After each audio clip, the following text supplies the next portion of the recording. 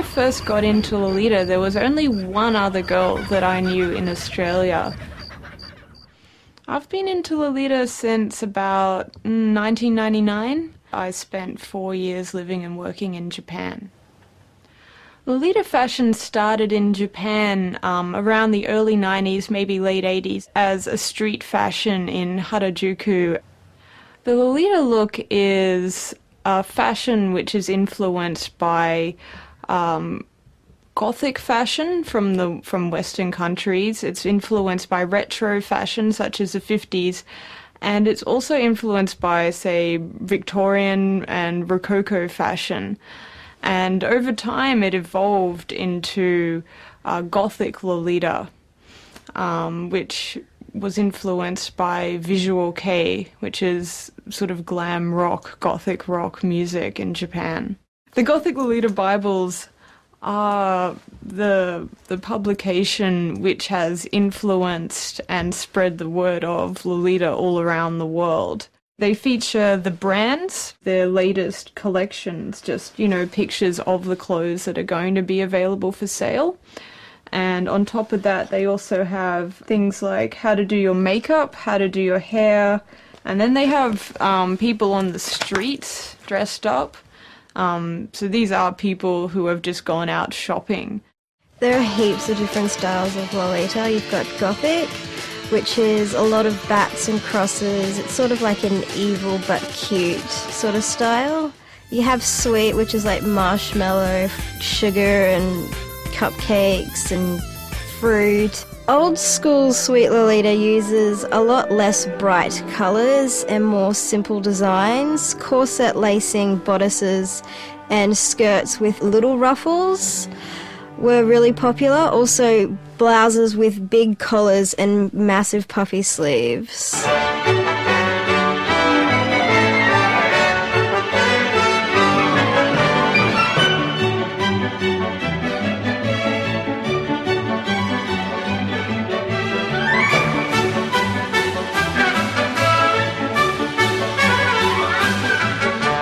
Brand's very important when it comes to Lolita. An average outfit costs anywhere between $150 to $600, depending on what brand it is and the print and the popularity of it. I buy most of my clothes mainly secondhand because it's just so hard to find certain pieces brand new. There is a sales community on LiveJournal called EGL.com Sales. It's basically all the Lolitas around the world sell off their stuff and you buy stuff from them. Last week I bought a Lolita skirt off the EGL.com Sales, and yesterday it arrived. My dream skirt. I am the moderator for Oz Lolita, which is the Australian Lolita sort of just community there. When you're organising, you do end up meeting a whole lot of people who come and go, and there's a lot of people who've stayed, and we've become a big friend circle rather than just like society. That's part of it too, but we're also sort of friends outside Lolita as well. Well, we do a lot of things. We've got, the traditional Loli standbys, picnics, cafe meets, having drinks and relaxing and catching up with the gossip and getting rowdy.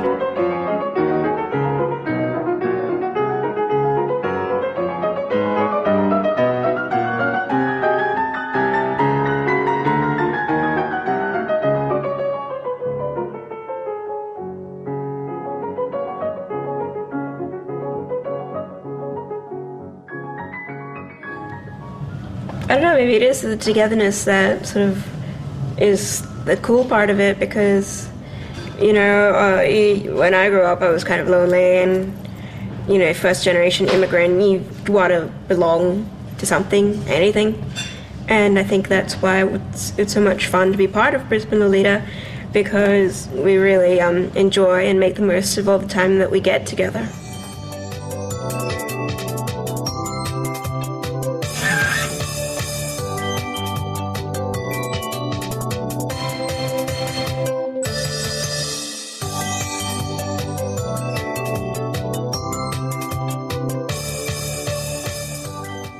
When you need the advice and support of your peers, which is always an important facet of growing as for like Lolita to grow in the style. It's important to be a part of a group, I feel, in part for security, because there's strength in numbers. When I was in Japan, I could wear Lolita anywhere. I wouldn't get harassed. I wouldn't get yelled at. In fact, people would come up to me and just say, "Oh my God, you're so cute. Can I take your photo? Can you take your photo with me?" And yeah, nobody thought that it was degenerate or weird or anything like that. When I wear it in Australia, I get yelled at. People come up to me and touch me. People yell insults at me, and like, quite honestly, I don't feel safe wearing it in Australia most of the time. I was at Fruit Road Station once walking to the bus stop when a car was driving along, decided to stop in the middle of the road to wind down his window to scream abuse at me. Started to scream abuse when a car smacked into the back of that. Yes! When a car smacked into the back of that. So yeah, 3-car pile-up because some dick wanted to abuse me. One time when I was in the city with my friend Andrea, it was getting a bit late at night. And somebody in like this piece of shit car sticks his head out, yells, "Slut!" and throws a pickle at us. And we're like a full large gherkin. We're like, how did that happen? Why did that happen? Who owns pickles? It was probably the worst sort of abuse I've had while wearing Lolita. My mother's gone through phases where she's thought it's a costume and I've explained it's not, but then she'll just go back to saying it is again without really considering what I've said. My dad's really chosen to ignore it, I suppose, but I know a lot of people have more accepting parents, but, you know, I deal with what I have. With the guy I'm dating now, I'm pretty unsure as to how to bring Lolita up. I've had a couple of people come up and sort of imply that they think what I'm wearing is like a fetish. I don't want to be judged by that fact. I don't actually know why people call my fashion slutty. It's not exactly revealing. I wear high-collared shirts and long socks. You can't even see arms or just my face. I don't really like wearing like singlets and hot shorts and sandals. I feel kind of nude. So the guy I'm dating right now, right, didn't know I was wearing a wig because I wear it to uni every day, so he had no idea. And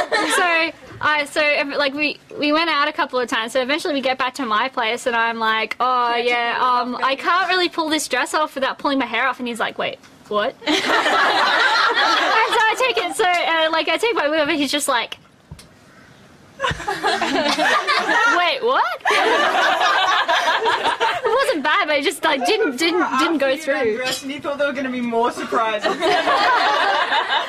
With Lolita, especially with university, it really depends. Like, a lot of what I do is a lot of lab work and a lot of workshop. When I'm older, I think Lolita will probably be toned down. But for now, I want to take advantage of what I have and take advantage of my youth and have fun. I'm Lolita because I love it. I'm Lolita because I care. This is who I am. And Lolita fits just right.